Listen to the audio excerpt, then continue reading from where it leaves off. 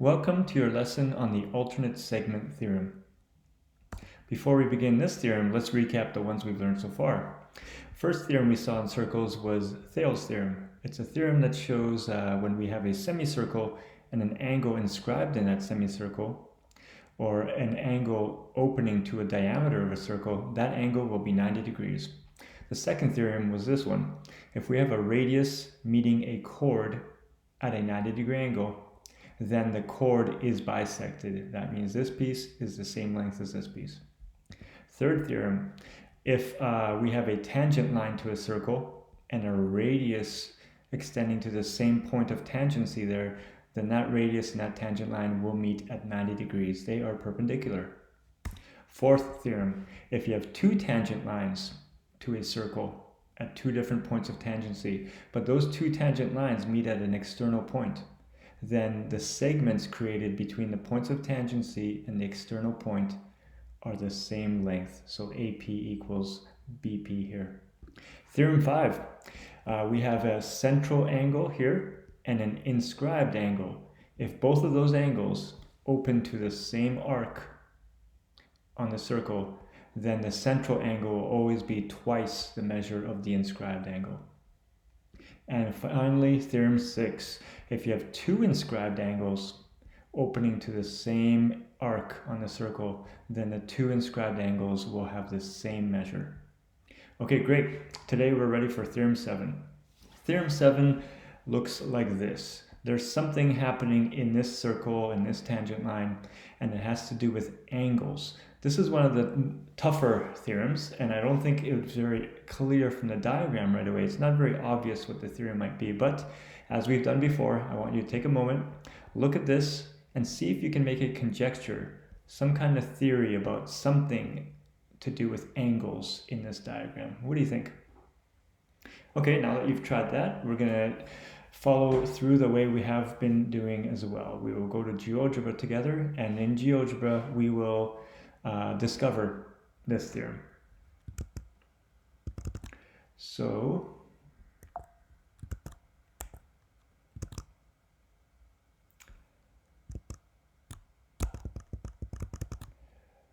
let me jump into Geogebra. Okay, so here I am in Geogebra. Join me here as well. When you get to Geogebra, press Start Calculator, and then make sure you press Sign In. So I have to do that as well. Give it a moment. Okay, oh, it signed me in automatically. Maybe it does so in yours. If you do not see your own logo here for your account, press Sign In so that you can save your work and keep it. Okay, remember when we get to Geogebra, we always select, from this menu here, we select geometry first, because we're working with constructions, not graphing. We have options here. I'm going to click more to have all the options open up. Okay, so we're trying to recreate this situation here. Okay, we have we want a tangent line to a circle, and then we want a chord from the point of tangency. Okay, so let's begin with that tangent line and then a chord right here.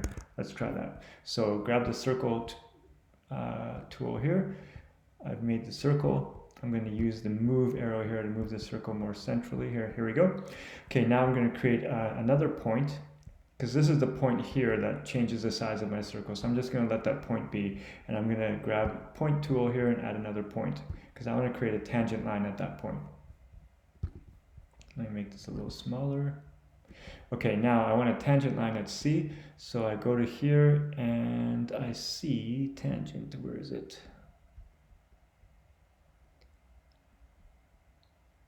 Oh, here it is, tangents. Okay, click on tangents, and you always click on the point of tangency first and then the circle, and there's the tangent line. Okay, now we want to make a chord that hits this point of tangency. So I'm going to create another point here by going to the point tool again, point, another one here, then segment, and connect these 2 points, the point of tangency and another point. I've created a chord that meets the point of tangency. Now there's going to be some relationship between this angle and another one in here that we're going to create. So let's check the measure of this angle first.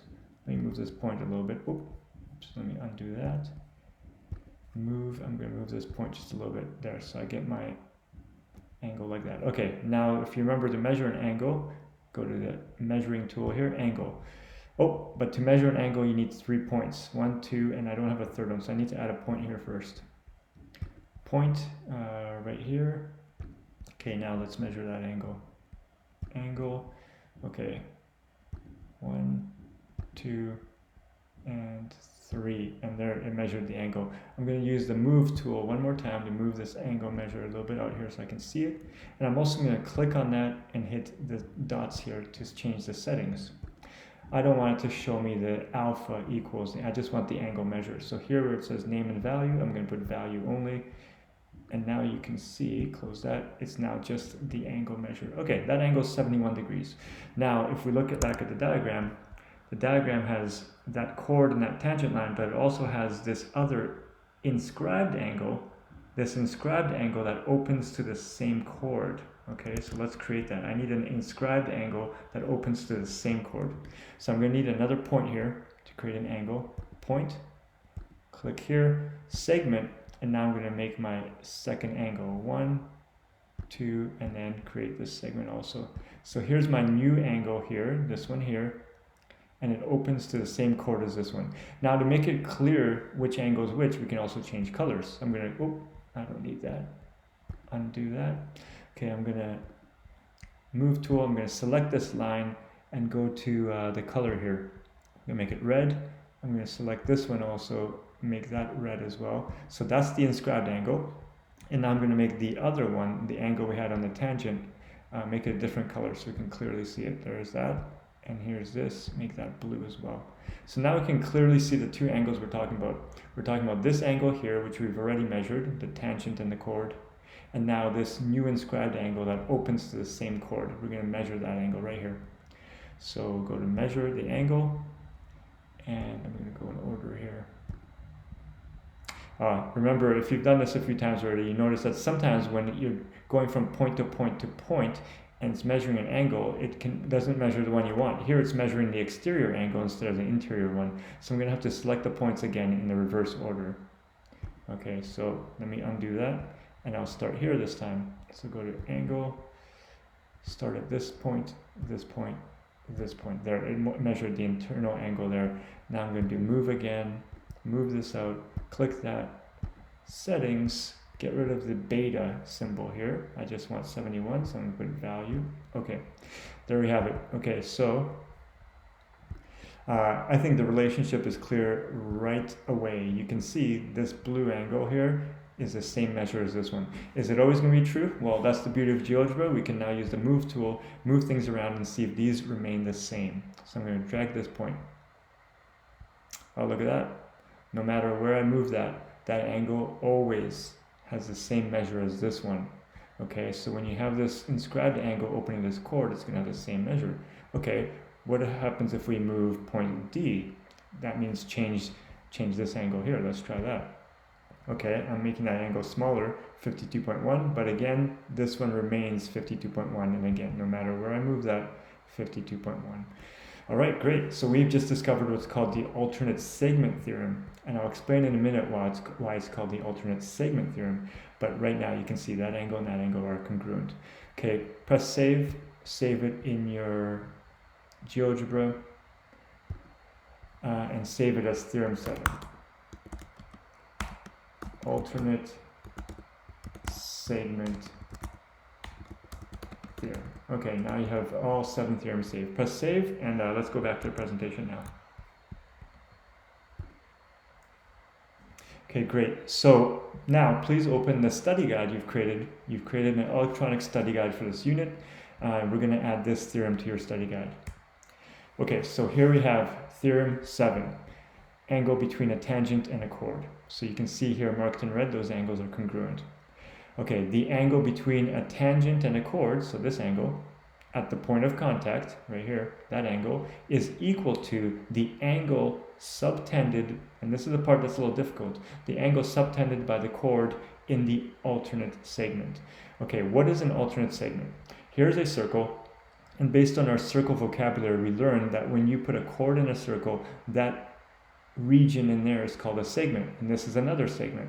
So here, we have this chord, and it creates this small segment and this big segment. And you can see now that this inscribed angle is in the other segment. It's not inside this segment, it's inside the second segment that this circle has been cut into by this chord. So this is the alternate segment. This angle is in the alternate segment and it is congruent to this original angle. All right, that's the theorem. Please add that, and then also in your study guide, add the diagram that you created in GeoGebra. Okay, now let's apply the theorem to some problems. Let's solve some problems together. So grab your notebook now. Let's do some notes in our notebook and solve some problems. Here's the first problem. Please draw this, pause if you need to, and then let's solve it together. Okay, we're given this circle, we have a tangent line, but we're given more than just a tangent line. We're also shown that this line has this little arrow on it, and this one has an arrow also. Those arrows mean that these two lines are parallel to each other. So that's where we'll begin our proof here. Okay, since CB, this one here, is parallel, this means parallel to TA, they're parallel, then angle CAT, this angle here is equal to X.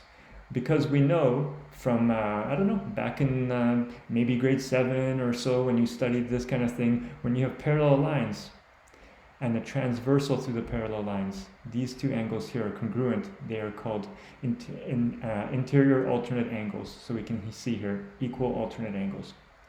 Okay, so now we also know that angle CAT is equal to angle ABC. Let's see what that is. CAT, this angle, is equal to ABC. That's this one here. So this one and this one are equal, and they are equal by the theorem we just discovered, the alternate segment theorem. And here it gives the reasons, doesn't say alternate segment theorem, but the wording means the same thing. The angle between a tangent and a chord. So this angle between a tangent and a chord is equal to this angle here. That's what we just discovered in theorem 7. Okay, so now, therefore, angle ABC is X. Okay, so these two were equal because of parallel lines, and therefore this is X, and therefore that is X because of this new theorem. Okay, so this one are all X. And now that you've established that we have X here and X here, we can use the property of three angles in a triangle being 180, and we can see that here, X plus X, so X plus this one, X plus 50 equals 180, because angles of a triangle always add up to 180, and solving that algebraically, we get 65. Pause if you need to really think about what happened there. Okay, let's try another one. Okay, so here we have the same kind of diagram. Pause again if you need to draw the diagram, and then join me when you're ready. Okay, we are given this angle here, so it's the angle between the chord and the tangent. It is 70. So right away we know, if this is 70, and we just learned theorem 7 that tells us this angle right here will also be 70. Okay, so 70 and 70. Great. And how do we know that? Let's write it down. So TCB, angle TCB, this one is equal to CAB, and we know that because of the alternate segment theorem. That's the theorem we just learned. Next, if this is 70, we know, so I put it here, therefore angle CAB is 70, so that one's 70, right? Okay, now we know this is also 70. Why? That's not because this one's connected to this angle. That's not the relationship we learned. We learned the relationship only between this and this. This is 70 because of these two marks here. These mean that these two segments are congruent, or the same length. And if those are the same length, this triangle we have here is an isosceles triangle. And an isosceles triangle, angle CBA, so this one and this one are equal because base angles of an isosceles triangle are always equal. So these are always equal because of these two congruent sides. Now I can say therefore CBA, this one here is 70, the one I marked in the diagram. Okay, now we know 70 is 70, and we have a triangle, so we can go back to X plus 70 equals 180 because of the triangle sum, the sum of angles in a triangle, and then solving algebraically, we get X equals 40. Okay, again, pause if you need to, kind of soak that up. Again, we're trying to get you guys to work with this process of writing a statement, giving the reason, writing a statement, giving the reason. This is a proof. Okay, now that you've done that, try these two. Try A first, pause, and once you're ready, answer what the angle measure in A is. Hopefully you got 70 for that one. Okay, if this is 40, This is also 40, and here we see two congruent sides again. So 40 plus x, and then you solve that. Okay, try C. The answer for C is 35. How does that work? Well, we have a tangent line here. If this is tangent, then this entire angle is 90 degrees. However, this is 70 to begin. If this is 70, and these two are radii, you can see this is a radius and this is a radius, then these two angles must be congruent. Because again, this is an isosceles triangle. So if this is 70, we do 180 minus 70, we get 110. 110 split across two angles is 55 degrees each. And again, this is 90. If this is 55, we can get this to be 35. Great. One last one we're going to finish with. This is a problem you saw recently in our review assignment. In the review assignment, we had this diagram, and it says prove that angle BOD, this angle here in pink, prove that it is 64. We were working on that before learning the theorem we learned today. So the way you would have approached this the other day is like this. First of all, so this angle is 58. Why? Again, because this tangent and this radius meet at 90 degrees. So 90 minus 32 is 58. So that angle is 58. Okay, so DBO is 58. And the reason is the radius is perpendicular to the tangent. Okay, and of course you can show the work of 90 minus 32 and all that. But that's 58. Now again, we have an isosceles here, okay, because this is a radius and this is a radius. So these are two sides that are congruent in this triangle, then these two angles must also be congruent, base angles of an isosceles. So BDO is 58, this one here, and the reason, base angles of an isosceles. Now that we know those, again, we have a triangle here.